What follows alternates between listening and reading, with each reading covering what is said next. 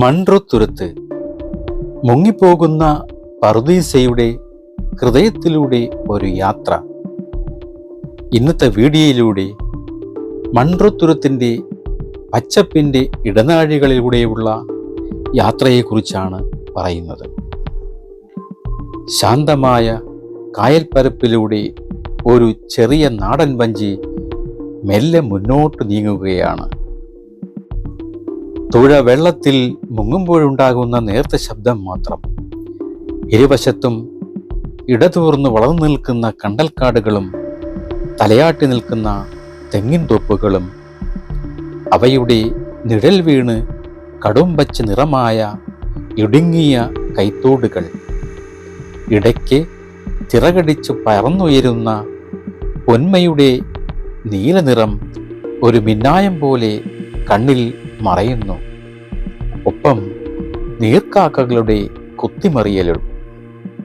കാലം നിശ്ചയിച്ചതുപോലെ തോന്നുന്ന പ്രകൃതിയുടെ സംഗീതം മാത്രം കേൾക്കുന്ന ഒരു ഇടം. കൊല്ലം ജില്ലയിലെ അഷ്ടമുടി കായലിൻ്റെയും കല്ലടയാറിൻ്റെയും സംഗമഭൂമിയിൽ സ്ഥിതി ചെയ്യുന്ന 8 തുരുത്തുകളുടെ ഈ കൂട്ടമാണ് മൺട്രോത്തുരുത്ത്. എന്നാൽ ഈ ശാന്തതയ്ക്കും സൗന്ദര്യത്തിനും പിന്നിൽ ആശങ്കയുടെ ഒരു കാർമേഘം ഉരുണ്ടുകൂടുന്നുണ്ട്. ഈ മനോഹരമായ തുരുത്തിന് ഇന്ന് മറ്റൊരു പേരു കൂടിയുണ്ട്: കേരളത്തിൻ്റെ മുങ്ങിത്താഴുന്ന ദ്വീപ്. ഒരേ സമയം സഞ്ചാരികളുടെ പറുദീസയും അതേസമയം പാരിസ്ഥിതികമായ തകർച്ചയുടെ നേർ സാക്ഷ്യവുമാണ് ഈ നാട്. ഈ വൈരുദ്ധ്യമാണ് മൺട്രോത്തുരുത്തിനെ സവിശേഷമാക്കുന്നത്. ഒരു വശത്ത് അതിൻ്റെ പ്രകൃതി ഭംഗി ആസ്വദിക്കാൻ ലോകത്തിൻ്റെ പല ഭാഗങ്ങളിൽ നിന്നും സഞ്ചാരികൾ ഒഴുകിയെത്തുമ്പോൾ, മറുവശത്ത് ഓരോ വേലിയേറ്റത്തിലും തങ്ങളുടെ വീടും ജീവിതവും വെള്ളത്തിനടിയിലാകുമോ എന്ന ഭയന്നാണ് ഇവിടുത്തെ ജനത ജീവിക്കുന്നത്. ഈ തുരുത്തിൻ്റെ നിലനിൽപ്പിന് ഭീഷണിയാകുന്ന അതേ ദുരന്ത വാർത്തകൾ തന്നെ അതിൻ്റെ പ്രശസ്തി വർദ്ധിപ്പിക്കുന്നു എന്നത് ഒരു വിരോധാഭാസമാണ്. അവസാനത്തെ കാഴ്ച കാണാനെന്നോണം ഇവിടേക്ക് സഞ്ചാരികളെ ആകർഷിക്കുന്ന ഒരു ഘടകമായി ഈ ഭീഷണി മാറിയിരിക്കുന്നു. ഈ പ്രതിഭാസം, അതായത് ഒരു സ്ഥലം അപ്രത്യക്ഷമാകുന്നതിന് മുൻപ് അത് സന്ദർശിക്കാനുള്ള ത്വര, മൺട്രോത്തുരുത്തിൻ്റെ ടൂറിസം മേഖലയെ അതിവേഗം വളർത്തിയിരിക്കുന്നു. ഇന്ന് ദ്വീപിലെ 90% നിവാസികളും പ്രത്യക്ഷമായോ പരോക്ഷമായോ ടൂറിസത്തെ ആശ്രയിച്ചാണ് ജീവിക്കുന്നത്. അങ്ങനെ തുരുത്തിനെ കാർന്നു തിന്നുന്ന പ്രതിസന്ധി തന്നെ അതിൻ്റെ ഇന്നത്തെ സാമ്പത്തിക വ്യവസ്ഥയുടെ നട്ടെല്ലായി മാറുന്ന സങ്കീർണമായ ഒരു ചിത്രമാണ് ഇവിടെ കാണാൻ കഴിയുന്നത്. ഈ യാത്രയിൽ മൺട്രോത്തുരുത്തിൻ്റെ സൗന്ദര്യത്തിനപ്പുറം അതിൻ്റെ ചരിത്രത്തിൻ്റെ ആഴങ്ങളിലേക്കും സംസ്കാരത്തിൻ്റെ ഈണങ്ങളിലേക്കും നിലനിൽപ്പിനായുള്ള പോരാട്ടത്തിൻ്റെ യാഥാർത്ഥ്യങ്ങളിലേക്കും നമുക്ക് സഞ്ചരിക്കാം. കേണലിൻ്റെ തുരുത്താണ് മൺട്രോത്തുരുത്ത്. വെള്ളത്തിൽ കൊത്തിയെടുത്ത ചരിത്രമാണ് അതിനുള്ളത്. മൺട്രോത്തുരുത്ത് എന്ന പേരിനു പിന്നിൽ ഒരു നാടിൻ്റെ ചരിത്രം മാത്രമല്ല, ഒരു കാലഘട്ടത്തിൻ്റെ രാഷ്ട്രീയവും സാമൂഹികവുമായ മാറ്റങ്ങളുടെ കഥ കൂടിയുണ്ട്.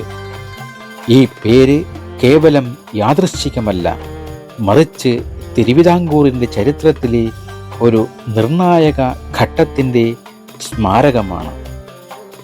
മൺട്രോത്തുരുത്ത് എന്ന പേരിന് പിന്നിലെ ഒരു മനുഷ്യൻ്റെ കഥയുണ്ട്.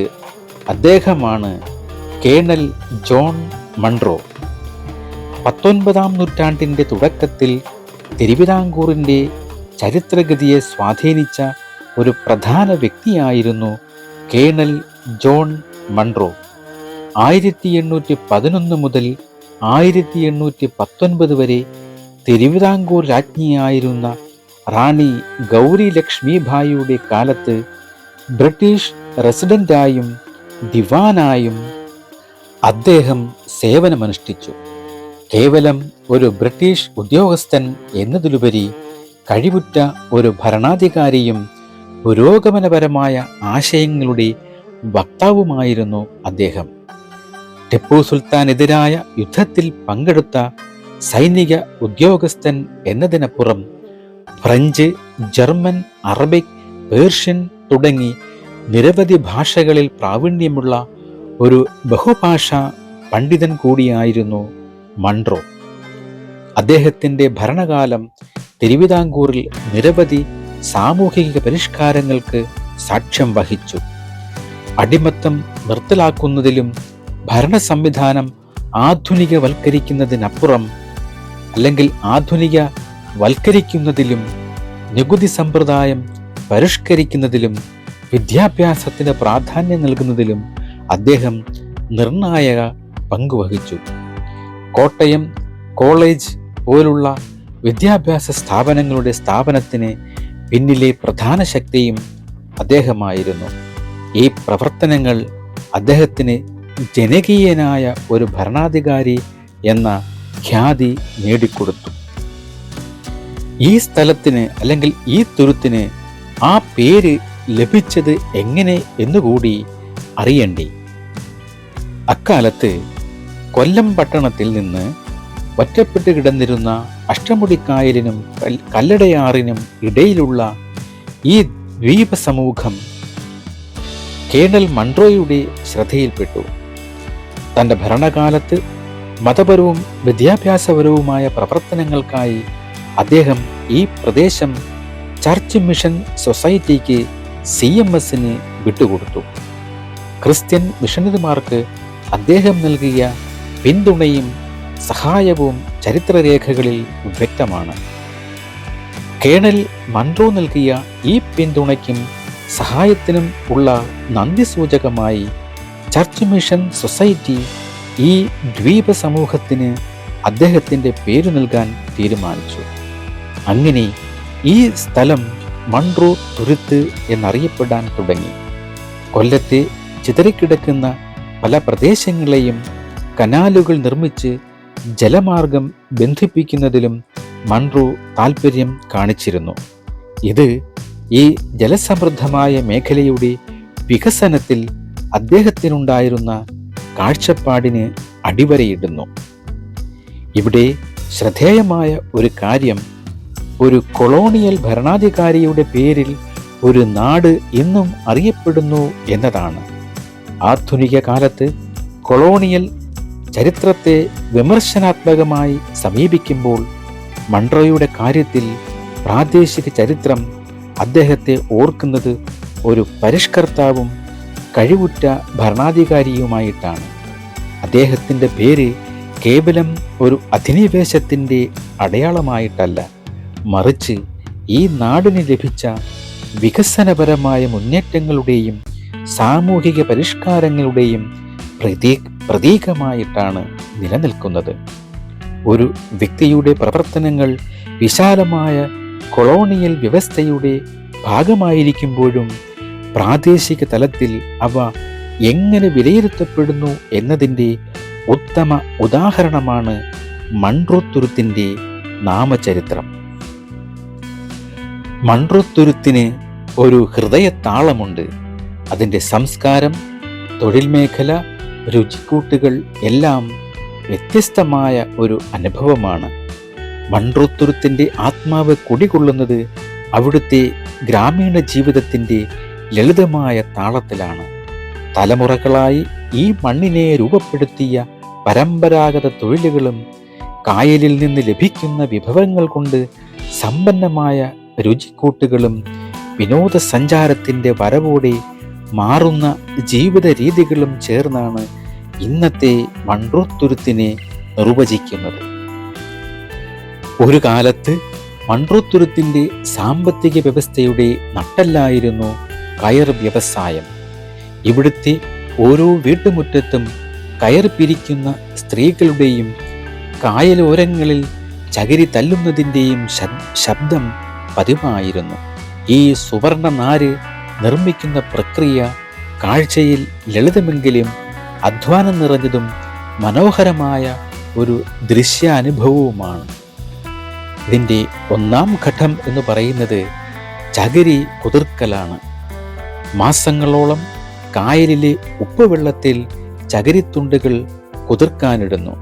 ഇത് തൊണ്ടിലെ നാരുകളെ മൃദുവായി വേർതിരിച്ചെടുക്കാൻ സഹായിക്കുന്നു. ഇതിൻ്റെ രണ്ടാം ഘട്ടമാണ് ചകിരി തല്ലൽ. കുതിർത്തെടുത്ത തൊണ്ടുകൾ കല്ലിൽ വെച്ച് തടികൊണ്ടുള്ള ചുറ്റിക അല്ലെങ്കിൽ കൊട്ടുവടി ഉപയോഗിച്ച് തല്ലി നാരുകൾ വേർതിരിക്കുന്നു. ഇന്ന് യന്ത്രസഹായത്തോടെയും ഇത് ചെയ്യാറുണ്ട്. ഇതിൻ്റെ മൂന്നാം ഘട്ടമാണ് നൂൽക്കൽ അല്ലെങ്കിൽ കയർ പിരിക്കൽ. വേർതിരിച്ചെടുത്ത നാരുകൾ ഉപയോഗിച്ച് നൂൽ നൂക്കുന്നതാണ് ഏറ്റവും മനോഹരമായ കാഴ്ച. പരമ്പരാഗതമായി സ്ത്രീകൾ ഒരു കുട്ട നിറയെ ചകിരിനാരുകൾ അരയിൽ കെട്ടിവെച്ച് റാട്ടിൽ ഘടിപ്പിച്ച നൂലിനോട് നാരുകൾ ചേർത്തുകൊണ്ട് പിന്നോട്ട് നടക്കുന്നു.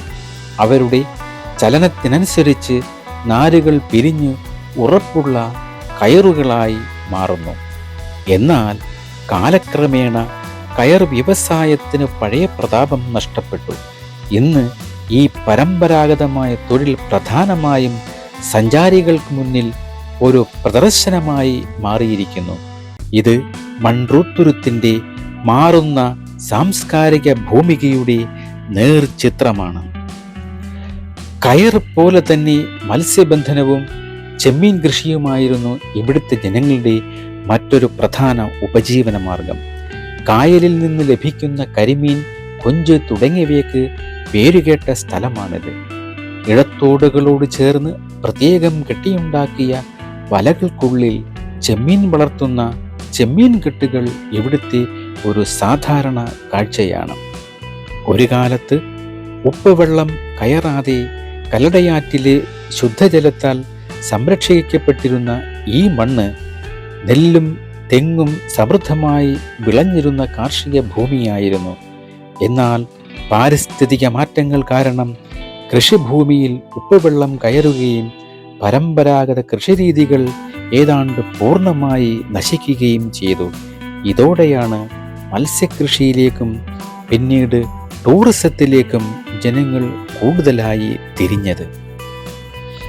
മൺറോത്തുരുത്തിലെത്തുന്ന ഒരു സഞ്ചാരിക്ക് അനുഭവിക്കാൻ കഴിയുന്ന ഏറ്റവും മികച്ച കാര്യങ്ങളിലൊന്ന് അവിടുത്തെ തനത് ഭക്ഷണമാണ്. കായലിൽ നിന്ന് അപ്പപ്പോൾ പിടിക്കുന്ന മീനും കൊഞ്ചും ഞണ്ടും ഉപയോഗിച്ചുണ്ടാക്കുന്ന വിഭവങ്ങളാണ് ഇവിടുത്തെ പ്രത്യേകത. കടൽ വിഭവങ്ങൾ ഏതൊക്കെയാണെന്ന് വെച്ചാൽ വാഴയിലയിൽ വിളമ്പുന്ന കരിമീൻ പൊള്ളിച്ചതും കൊഞ്ച് റോസ്റ്റും ഞണ്ട് കറിയും ചേർന്ന ഊണ് ഒരു പ്രധാന ആകർഷണമാണ്. മറ്റൊന്നാണ് കേരളത്തിൻ്റെ തനത് പാനീയമായ കള്ള്.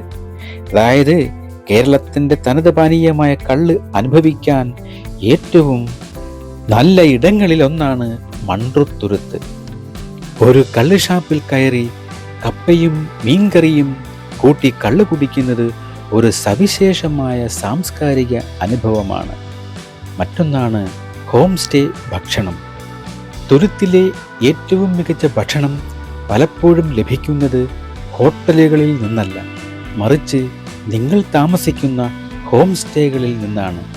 അവിടുത്തെ കുടുംബങ്ങൾ സ്നേഹത്തോടെ പാകം ചെയ്തു തരുന്ന നാടൻ വിഭവങ്ങൾക്ക് സവിശേഷമായ ഒരു രുചിയുണ്ട്.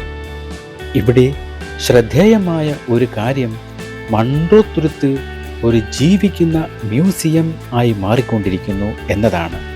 പാരിസ്ഥിതികവും സാമ്പത്തികവുമായ കാരണങ്ങളാൽ ക്ഷയിച്ചുകൊണ്ടിരിക്കുന്ന പരമ്പരാഗത തൊഴിലുകൾ ഇന്ന് വിനോദസഞ്ചാരികൾക്ക് വേണ്ടിയുള്ള സാംസ്കാരിക പ്രദർശനങ്ങളായി പുനർജനിക്കുന്നു.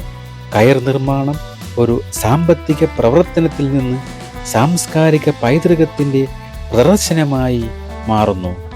ഇത് ഈ നാടിൻ്റെ അതിജീവനത്തിനുള്ള വഴിയാണെങ്കിലും തനതായ സംസ്കാരം ഒരു കാഴ്ച വസ്തുവായി മാറുന്നതിൻ്റെ സങ്കീർണതകളും ഇതിലുണ്ട്. തങ്ങളുടെ പൈതൃകത്തെ ഒരു സുസ്ഥിരമായി ഭാവിക്കായി ഉപയോഗിക്കുന്ന തുരുത്തിലെ ജനതയുടെ അതിജീവന ശേഷിയുടെയും പൊരുത്തപ്പെടലിൻ്റെയും കഥ കൂടിയാണിത്. മൺട്രോത്തുരുത്ത് വിസ്മയങ്ങളുടെ കലവറയാണ്, സഞ്ചാരികളുടെ വഴികാട്ടിയാണ്. മൺട്രോത്തുരുത്ത് സഞ്ചാരികൾക്ക് നൽകുന്നത് കേവലം കാഴ്ചകളല്ല, മറക്കാനാവാത്ത അനുഭവങ്ങളാണ്. ഗ്രാമീണ ജീവിതത്തിൻ്റെ തുടിപ്പുകൾ തൊട്ടറിയാനും പ്രകൃതിയുടെ ശാന്തതയിൽ അലിയാനും ഇവിടെ നിരവധി അവസരങ്ങളുണ്ട്. ഒരു സഞ്ചാരി എന്ന നിലയിൽ മൺട്രോത്തുരുത്തിൽ ചെയ്യേണ്ടതും കാണേണ്ടതുമായ പ്രധാന കാര്യങ്ങൾ ഇനി പറയുന്നവയാണ്. അതിൽ ഒഴിവാക്കാനാവാത്ത അനുഭവം കനാലിലൂടെയുള്ള വഞ്ചിയാത്ര തന്നെയാണ്. മൺട്രോത്തുരുത്തിലെ ഏറ്റവും പ്രധാനപ്പെട്ട അനുഭവം ഇടുങ്ങിയ കനാലുകളിലൂടെയുള്ള വഞ്ചിയാത്രയാണ്. ഏകദേശം 2-3 മണിക്കൂർ നീണ്ടു നിൽക്കുന്ന ഈ യാത്രയിൽ യന്ത്രങ്ങളല്ലാത്ത നാടൻ വള്ളങ്ങളിലാണ് സഞ്ചാരം. ഇത് പ്രകൃതിയുടെ ശബ്ദം ആസ്വദിക്കാൻ അവസരം നൽകുന്നു. ദൃശ്യങ്ങൾ വളരെ പ്രധാനമാണ്. ഈ യാത്ര സമ്മാനിക്കുന്ന ദൃശ്യങ്ങൾ അതിമനോഹരമാണ്. തലകുനിച്ചു മാത്രം കടന്നു പോകാൻ കഴിയുന്നത്ര താഴ്ന്ന കോൺക്രീറ്റ് പാലങ്ങൾ ഈ യാത്രയുടെ ഒരു പ്രത്യേകതയാണ്. പ്രകൃതിദത്തമായി രൂപപ്പെട്ട കണ്ടൽ ചെടികൾ കൊണ്ടുള്ള ഒരു കമാനം സഞ്ചാരികളുടെ പ്രധാന ആകർഷണവും ഫോട്ടോ സ്പോട്ടുമാണ്. ഈ മാൻഗ്രോവ് ആർക്ക് ശാന്തമായ വെള്ളത്തിൽ തെങ്ങിൻ തലപ്പകളുടെ പ്രതിഫലനം കാണുന്നത് മനസ്സിന് കുളിർമയേകുന്ന കാഴ്ചയാണ്. ഇതൊരു വെറും വഞ്ചിയാത്രയല്ല, മറിച്ച് ഗ്രാമീണ ജീവിതത്തിലേക്കുള്ള ഒരു എത്തിനോട്ടമാണ്. കായലോരത്ത് അലക്കുന്ന സ്ത്രീകൾ, മീൻ പിടിക്കുന്നവർ, കളിച്ചുകൊണ്ടിരിക്കുന്ന കുട്ടികൾ തുടങ്ങിയ കാഴ്ചകൾ ഈ യാത്രയെ കൂടുതൽ ഹൃദ്യമാക്കുന്നു. അത് രാവിലെയോ വൈകുന്നേരമോ ആണ് യാത്രയ്ക്ക് ഏറ്റവും അനുയോജ്യമായ സമയം. സൂര്യോദയത്തിൻ്റെയും സൂര്യാസ്തമയത്തിൻ്റെയും കാഴ്ചകൾ ഈ സമയങ്ങളിൽ യാത്രയെ കൂടുതൽ മനോഹരമാക്കും. ജില്ലാ ടൂറിസം പ്രൊമോഷൻ കൗൺസിലും അതായത് DTPCയും നിരവധി സ്വകാര്യ ഓപ്പറേറ്റർമാരും വഞ്ചിയാത്ര പാക്കേജുകൾ നൽകുന്നുണ്ട്. മൺട്രോത്തുരുത്ത് പ്രത്യേകിച്ച് വിശ്വാസത്തിൻ്റെയും സഹവർത്തിത്വത്തിൻ്റെയും അടയാളങ്ങൾ കൂടിയാണ്. അതിൽ പ്രധാനമാണ് ഡച്ച് പള്ളി, സെൻറ് മേരീസ് ചർച്ച്. അഷ്ടമുടിക്കായലിൻ്റെ തീരത്ത് സ്ഥിതി ചെയ്യുന്ന ചുവന്ന ഇഷ്ടികകൾ കൊണ്ട് നിർമ്മിച്ച ഈ പുരാതന പള്ളി 1878 നിർമ്മിച്ചതാണെന്ന് കരുതപ്പെടുന്നു. ഡച്ച് കേരള വാസ്തുവിദ്യാ ശൈലിയുടെ മനോഹരമായ ഒരു സംയോജനമാണ് ഈ പള്ളി. ഇതിന് സവിശേഷമായ ഒരു കഥയുണ്ട്. ഈ പള്ളിയെ വേറിട്ടു നിർത്തുന്നത് അതിൻ്റെ മതസൗഹാർദ്ദത്തിൻ്റെ കഥയാണ്. ഇന്ന് ഈ പള്ളിയുമായി ബന്ധപ്പെട്ട് ഒരു ക്രിസ്ത്യൻ കുടുംബം മാത്രമേ തുരുത്തിലുള്ളൂ. എന്നിട്ടും എല്ലാ വർഷവും നടക്കുന്ന പള്ളിപ്പെരുന്നാൾ ആഘോഷങ്ങൾക്ക് നേതൃത്വം നൽകുന്നതും അത് ഗംഭീരമായി ആഘോഷിക്കുന്നതും ഇവിടുത്തെ ഹൈന്ദവ സമൂഹമാണ്. ഇത് കേരളത്തിൻ്റെ മതസൗഹാർദ്ദ പാരമ്പര്യത്തിൻ്റെ തിളക്കമാർന്ന ഉദാഹരണമാണ്. കല്ലടയാറിൻ്റെയും അഷ്ടമുടിക്കായലിൻ്റെയും സംഗമ പ്രദേശത്തിൻ്റെ കരകളിൽ വ്യാപിച്ചു നിൽക്കുന്ന കണ്ടൽക്കാടുകൾ അതിമനോഹരമായ ദൃശ്യ വിസ്മയമാണ് നമുക്ക് നൽകുന്നത്. സാമ്പ്രാണിക്കോടിയിലെ താഴ്ന്ന പ്രദേശങ്ങളെപ്പോലെ തന്നെ, അതായത് ആഴം കുറഞ്ഞ പ്രദേശങ്ങളെപ്പോലെ ആകർഷകമാക്കാൻ തന്നെ പലതരത്തിലുള്ള മാറ്റങ്ങൾ കായലോരത്ത് വരുത്തിയിട്ടുണ്ട്. അത് അവിടെ സന്ദർശിക്കാനെത്തുന്നവർക്ക് നേരിട്ട് കണ്ട് മനസ്സിലാക്കാനും ആസ്വദിക്കാനും കഴിയുന്ന വിധത്തിലാണെന്ന് മനസ്സിലാകും. മൺട്രോത്തുരുത്തിലെ മറ്റൊരു പ്രധാന ആരാധനാ കേന്ദ്രമാണ് മുളഞ്ചന്തറ ക്ഷേത്രം. ദുർഗയെയും ഭദ്രയെയും ഒരേപോലെ ആരാധിക്കുന്ന വളരെ അപൂർവമായ ഒരു ക്ഷേത്രമാണത്. ഇവിടുത്തെ തനതായ വിശ്വാസ രീതികൾ ഈ നാടിൻ്റെ സാംസ്കാരിക വൈവിധ്യത്തെ എടുത്തു കാണിക്കുന്നു. മൺട്രോത്തുരുത്തിലെ ആവേശത്തിരയിളക്കം കൊള്ളിക്കുന്ന ഒരു ഉത്സവമുണ്ട്, കല്ലട ജലോത്സവം. കേരളത്തിലെ ഏറ്റവും പ്രശസ്തമായ വള്ളംകളികളിൽ ഒന്നായ കല്ലട ജലോത്സവത്തിന് വേദിയാകുന്നത് മൺട്രോത്തുരുത്താണ്. അതിന് സമയമുണ്ട്. ഓണം കഴിഞ്ഞ് 28-ാം നാൾ, അതായത് 28-ാം ഓണം ആണ് ഈ ജലമേള നടക്കുന്നത്. ഇത് സാധാരണയായി സെപ്റ്റംബർ മാസത്തിലാണ് വരുന്നത്. 2025 ഇത് ഓഗസ്റ്റ് 29 നടക്കുമെന്ന് പ്രതീക്ഷിക്കുന്നു. ഈ കല്ലടയാറിൻ്റെ ഒരു അന്തരീക്ഷമുണ്ട്, ഹൃദ്യമായ ഒരു അന്തരീക്ഷം. കല്ലടയാറിൻ്റെ ഇരു കരകളിലുമായി ആയിരക്കണക്കിന് ആളുകൾ ആർപ്പ് വിളികളുമായി നിൽക്കുന്ന ആവേശത്തിൻ്റെ ഒരു ഉത്സവമാണിത്. വഞ്ചിപ്പാട്ടിൻ്റെ താളത്തിനൊത്ത് ഒരേ മനസ്സോടെ തുഴയെറിയുന്ന തുഴച്ചിൽക്കാരും കുതിച്ചുപായുന്ന ചുണ്ടൻ വള്ളങ്ങളും കാണികളെ ആവേശത്തിൻ്റെ കൊടുമുടിയിലേക്ക് എത്തിക്കും. തുരുത്തിനെ കൂടുതൽ അറിയേണ്ടതുണ്ട്. അതിനായി പല മാർഗങ്ങളിലൂടെ പല രീതിയിലുള്ള യാത്രകൾ ഉണ്ട്. അതിൽ പ്രധാനപ്പെട്ടതാണ് സൈക്കിൾ യാത്രയും കാൽനടയും. അതായത് തുരുത്തിലെ ഇടുങ്ങിയ വഴികളിലൂടെ സൈക്കിളിലോ കാൽനടയായോ യാത്ര ചെയ്യുന്നത് ഗ്രാമീണ ജീവിതം കൂടുതൽ അടുത്തറിയാൻ സഹായിക്കും. ഇത് വഴിയിലെ ചെറിയ ചായക്കടകളിൽ കയറാനും നാട്ടുകാരുമായി സംസാരിക്കാനും അവസരം ലഭിക്കുന്നു. മറ്റൊന്നാണ് പക്ഷി നിരീക്ഷണം എന്നത്. പക്ഷി നിരീക്ഷകർക്ക് ഒരു പറുദീസയാണ് മൺട്രോത്തുരുത്ത്. പൊന്മാൻ, കണ്ടൽക്കാടൻ, വെള്ളക്കൊക്ക്, നീർക്കാക്ക, പരുന്ത് തുടങ്ങിയ തദ്ദേശീയ പക്ഷികളെയും നിരവധി ദേശാടന പക്ഷികളെയും ഇവിടെ കാണാൻ സാധിക്കും. എന്നാൽ മൺട്രോത്തുരുത്തിനെ അപകടത്തിലാക്കുന്ന ഒരു പ്രതിഭാസമാണ് ഉയരുന്ന വേലിയേറ്റം. അതായത് മൺട്രോത്തുരുത്തെന്ന പറുദീസ അപകടത്തിലാകുന്ന അവസ്ഥയ്ക്ക് കാരണമിതാണ്. മൺട്രോത്തുരുത്തിൻ്റെ മനോഹരമായ കാഴ്ചകൾക്ക് പിന്നിൽ നിലനിൽപ്പിനായുള്ള ഒരു പോരാട്ടത്തിൻ്റെ വേദനിപ്പിക്കുന്ന യാഥാർത്ഥ്യമുണ്ട്. ഓരോ ദിവസവും അപ്രത്യക്ഷമായിക്കൊണ്ടിരിക്കുന്ന ഒരു നാടിൻ്റെ കഥയാണിത്. ഈ ഭാഗത്ത് കൂടുതൽ ഗൗരവമായ ഒരു സമീപനത്തോടെ മൺട്രോത്തുരുത്ത് നേരിടുന്ന പാരിസ്ഥിതിക പ്രതിസന്ധിയുടെ ആഴങ്ങളിലേക്ക് നമ്മൾ ചിന്തിക്കേണ്ടതുണ്ട്. എന്തൊക്കെയാണെന്ന് പരിശോധിച്ച് അറിയേണ്ടതുണ്ട്. ഇവിടുത്തെ പല നിവാസികൾക്കും ജീവിതം ഒരു ദുരിതമാണ്. സ്ഥിരമായ വേലിയേറ്റത്തെ തുടർന്ന് വീടുകളിലേക്ക് ഉപ്പുവെള്ളം ഇരച്ചു കയറുന്നത് ഒരു സാധാരണ സംഭവമാണ്. വീടുകളുടെ ചുമരുകൾ ഈർപ്പം തട്ടി ദ്രവിച്ചു തുടങ്ങിയിരിക്കുന്നു. മുറ്റങ്ങൾ ചെളിക്കുളങ്ങളായി മാറിയിരിക്കുന്നു.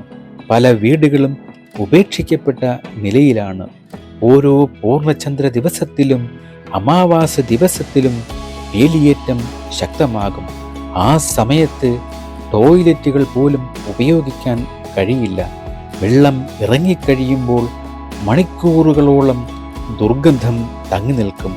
ഇവിടുത്തെ താമസക്കാർ തങ്ങളുടെ ദുരിതങ്ങൾ വിവരിക്കുകയാണ് ചെയ്യുന്നത്. ഈ ദുരിതങ്ങൾ സഹിക്കാനാവാതെ നൂറുകണക്കിന് കുടുംബങ്ങൾ ഇതിനകം തന്നെ തുരുത്ത് വിട്ട് പോയി കഴിഞ്ഞു.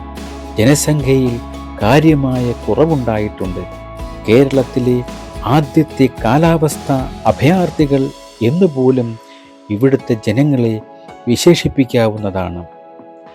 ഇതിൻ്റെ കാരണങ്ങൾ തേടി, അതായത് ഒരു ശാസ്ത്രീയമായ വീക്ഷണത്തിലൂടെ ഇതിന് കാരണങ്ങൾ തേടുകയാണെങ്കിൽ ഇതൊരു പ്രകൃതി ദുരിതം അല്ലെങ്കിൽ പ്രകൃതി ദുരന്തം മാത്രമല്ല, മനുഷ്യൻ്റെ ഇടപെടലുകൾ കൂടി കാരണമായ ഒരു സങ്കീർണമായ പ്രതിസന്ധിയാണ്. ശാസ്ത്രീയ പഠനങ്ങൾ ഇതിന് പിന്നിലെ നിരവധി കാരണങ്ങൾ വെളിച്ചെട്ട് കൊണ്ടുവന്നിട്ടുണ്ട്. അതിൽ പ്രധാനപ്പെട്ടതാണ് തെന്മല അണക്കെട്ട്. കല്ലടയാറിന് കുറുകെ തെന്മലയാറിൽ അണക്കെട്ട് നിർമ്മിച്ചതാണ് പ്രധാന കാരണങ്ങളിൽ ഒന്നായി ചൂണ്ടിക്കാണിക്കപ്പെടുന്നത്. അണക്കെട്ട് വന്നതോടെ കല്ലടയാറ്റിലൂടെയുള്ള ശുദ്ധജലത്തിൻ്റെ ഒഴുക്കും എക്കൽ മണ്ണിൻ്റെ നിക്ഷേപവും ഗണ്യമായി കുറഞ്ഞു. വർഷാവർഷം അടിഞ്ഞുകൂടിയിരുന്ന ഈ എക്കൽ മണ്ണാണ് തുരുത്തിൻ്റെ സ്വാഭാവികമായ നിലനിൽപ്പിന് ആധാരമായിരുന്നത്. ഇത് നിലച്ചതോടെ കടലിൽ നിന്നുള്ള ഉപ്പുവെള്ളം എളുപ്പത്തിൽ തുരുത്തിലേക്ക് കയറാനും മണ്ണിൻ്റെ ഘടന ദുർബലമാകാനും തുടങ്ങി. മറ്റൊന്നാണ് 2004 സുനാമി. സുനാമി നേരിട്ട് തുരുത്തിൽ ബാധിച്ചില്ലെങ്കിലും അത് കായൽ ആവാസ വ്യവസ്ഥയുടെ ഘടനയിൽ മാറ്റങ്ങൾ വരുത്തി. ഇത് വേലിയേറ്റത്തിൻ്റെ ശക്തി വർദ്ധിപ്പിക്കാനും ഉപ്പുവെള്ളം കൂടുതൽ ഉള്ളിലേക്ക് കയറാനും കാരണമായി. മറ്റൊന്നാണ് കാലാവസ്ഥാ വ്യതിയാനവും സമുദ്രനിരപ്പിലെ വർധനവും. ആഗോള താപനം മൂലം സമുദ്രനിരപ്പ് ഉയരുന്നത് ഈ പ്രതിസന്ധിയെ കൂടുതൽ രൂക്ഷമാക്കുന്നു.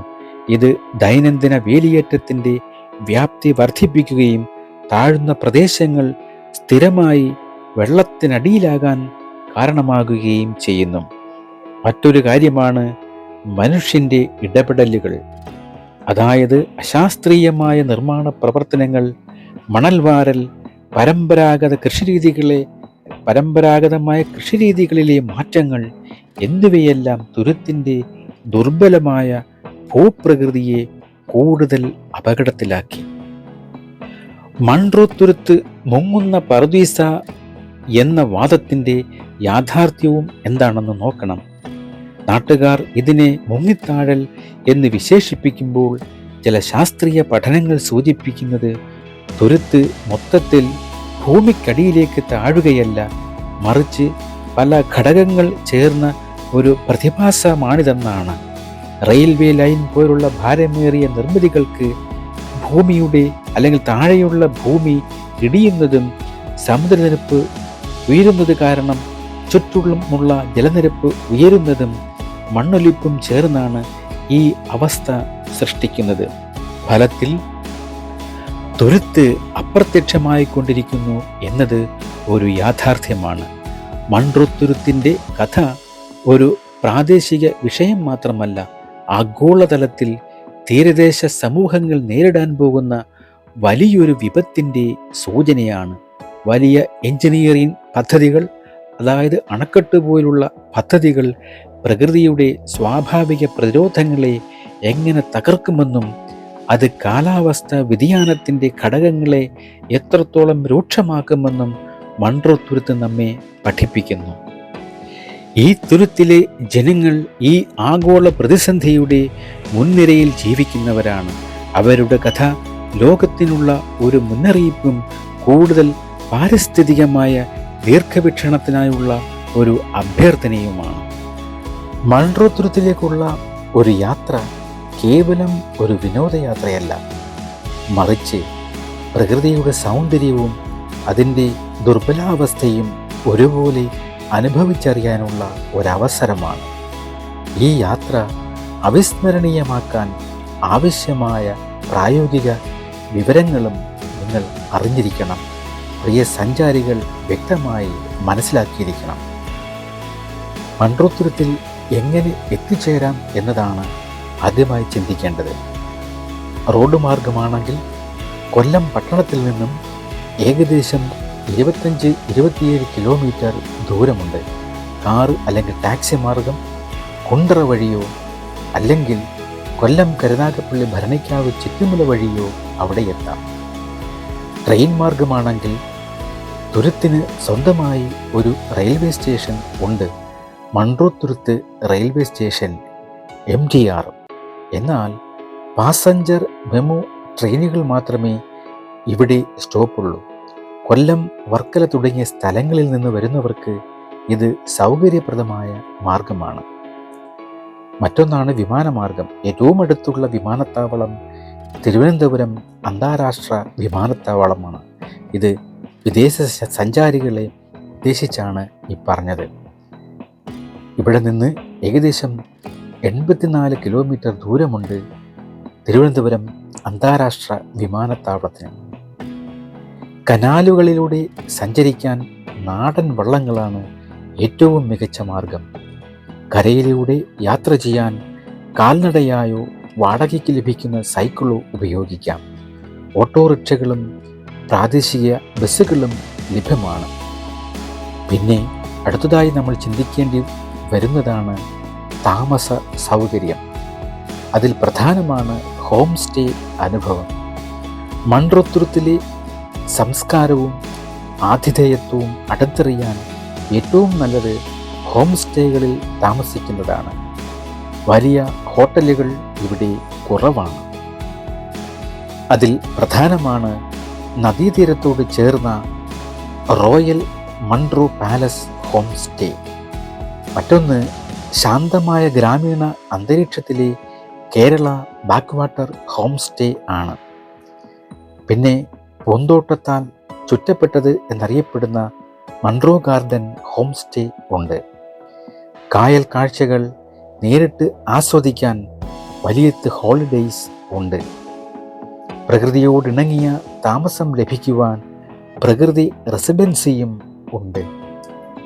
മറ്റു പലതരത്തിലുള്ള വൈവിധ്യമാർന്ന ഹോം സ്റ്റേകൾ ഉണ്ടെങ്കിലും അതിൽ പ്രധാനപ്പെട്ട ഒരു ഹോം സ്റ്റേ സൗകര്യം കല്ലടയാറിൻ്റെ തീരത്തുള്ള മൺട്രോ ലഗൂൺസ് ആണ്.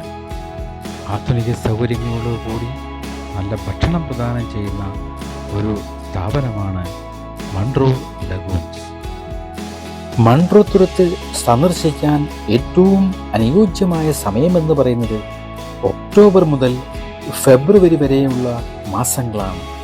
മൺട്രോ തുരുത്ത് സന്ദർശിക്കാൻ ഏറ്റവും അനുയോജ്യം. ഈ സമയത്ത് കാലാവസ്ഥ സുഖകരവും ചൂട് കുറവുമായിരിക്കും.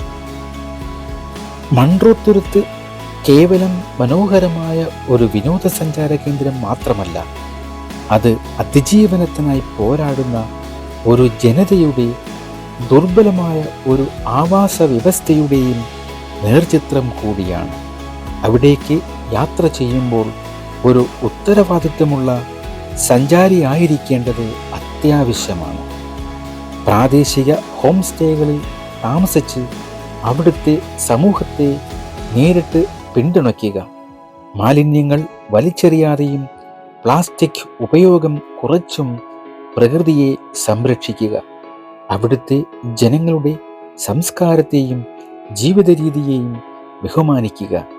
നിങ്ങൾ മൺട്രോത്തുരുത്തിലേക്ക് നടത്താൻ ഉദ്ദേശിക്കുന്ന യാത്ര അവിടുത്തെ സൗന്ദര്യം ആസ്വദിക്കാൻ മാത്രമല്ല, അതിജീവനത്തിൻ്റെയും പൊരുത്തപ്പെടലിൻ്റെയും പാരിസ്ഥിതിക സന്തുലിതാവസ്ഥകളുടെയും പ്രാധാന്യം മനസ്സിലാക്കാനുള്ള ഒരു അവസരം കൂടിയാണ്.